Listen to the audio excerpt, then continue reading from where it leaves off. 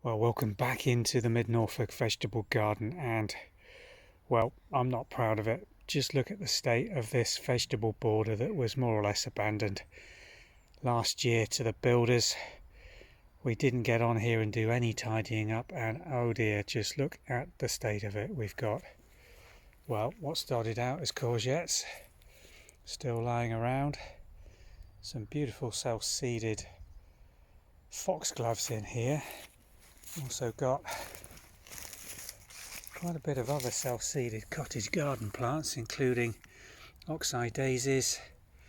Not sure what that white velvety thing is, but I do know it flowers beautifully. Campion there, I can spot the last spire here of a beautiful hollyhocks that's obviously flowered sometime last year that we didn't spot, but at the base we've got a beautiful hollyhock crown, and around it these little clumps of lime green are feverfew. So plenty of self-seeded in here, along with an awful lot of stuff we don't want.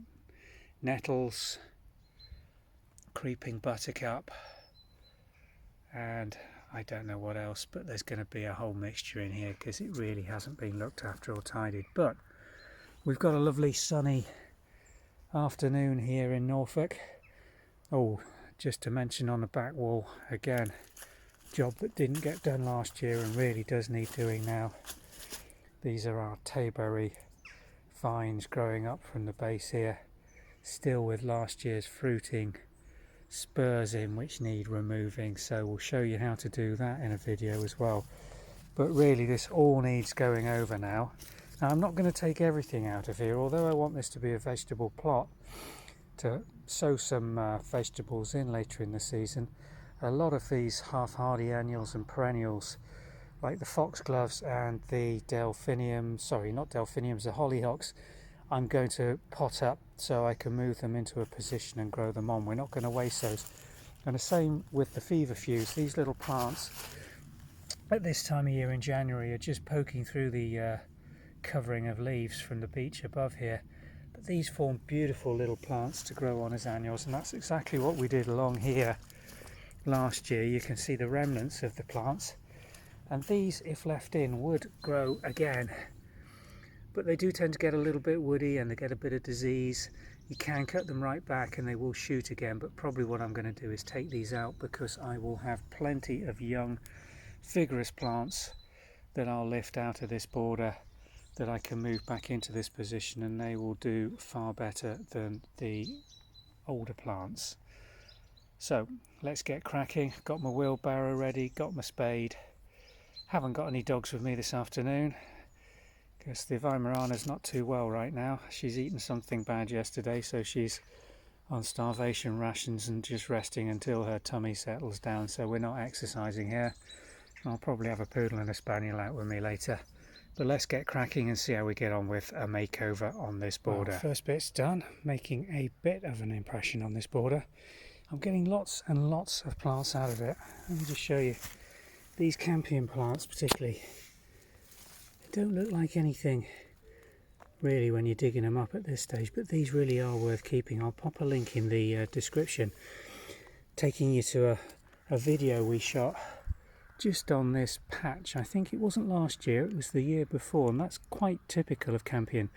Flowered in a most spectacular display here 2 years ago, very little the following year, but just look at all these plants self-seeded into this ground that are now growing on. And this year I'm going to plant these back into a clump on the end when I've cleared all the weed and nettle and everything out of here, and they should give me a fantastic display. Still to raise that hollyhock because they're the one plant that I'm a little reluctant to move. You do knock them back, and I'll show you why. I've got a lovely selection of other plants that we've dug up just sitting bare rooted in their soil here, and if I find the hollyhock in here somewhere, here we go. Look, this one didn't have a massive deep tap root, but they quite often do, and if you go through that then you really do knock the plants back. Foxgloves, no problem at all moving. Oxeye daisy in these clumps, they'll move as happy as Larry. And the feverfew, as I say, we've got lots of that coming out that we're going to replant in. I've taken a little bit of a break now because what I've hitting towards the back of this wall is all these tayberry growths, which if you hit those with your bare hands when you're just clearing earth, those little spikes are a nightmare. So I'm going to do a little bit of work on these tayberries now and try and get this area, at least on this corner, cleared out nicely so that I can replant and get these campions back in situ this afternoon, because the sooner we get those in, the less risk it is that the roots are going to dry out and damage, and they'll grow away perfectly well. So tayberry is next, I think. Going to go and get some gloves, get my snips and start taking out some of the older wood and tying in the young vines for this year's fruit crop. Well, welcome back. I've made a good start on this, but with doing the tayberry and the rose pruning behind, I was a little over ambitious, thinking I was going to get the whole of this border cleared on a short January afternoon. But we have got a wheelbarrow full for the compost heaps.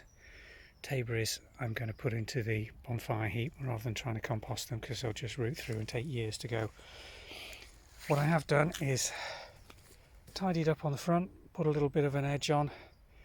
Not particularly apparent with the lack of grass over this area where the builders have been going, but the one job I have wanted to do is get these lovely plants back into their growing position for the rest of this summer. This is red campion, and as I mentioned earlier, we'll pop a description link taking you through to showing you what these will flower and the beautiful display that they give in this position.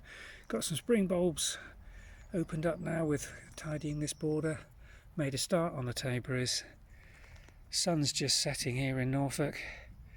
Going to go and empty my wheelbarrow, clean my tools, and hopefully, with a bit of luck, I'll crack on with this tomorrow.